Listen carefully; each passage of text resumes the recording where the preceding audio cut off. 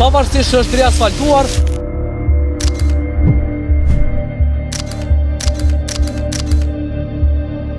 Me postimin e Facebook, para 2 ditësh kryetari i Prishtinës Përparim Rama kishte njoftuar për riasfaltimin e rrugës Agim Ramadani.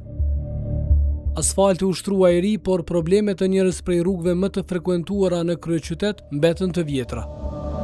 Jemi në rrugën Agim Ramadani në kryeqytet. Kjo rrugë është riasfaltuar para 2 ditësh, megjithatë një pjesë e konsiderueshme e rrugës afërsisht 10 metra, pavarësisht që është riasfaltuar, vazhdon të ketë ujë.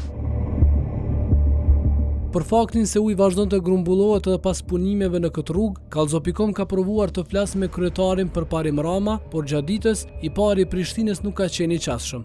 Kurse nën kryetari Florian Dushi rekomandoi që çështja të adresohet te Drejtoria e Investimeve Kapitale.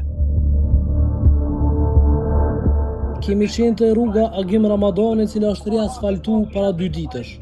Saktësisht në të njëjtin vend ku ka qëndru uji më herët, edhe ka shkaktu gropa është tunajt hala edhe pas riasfaltimit.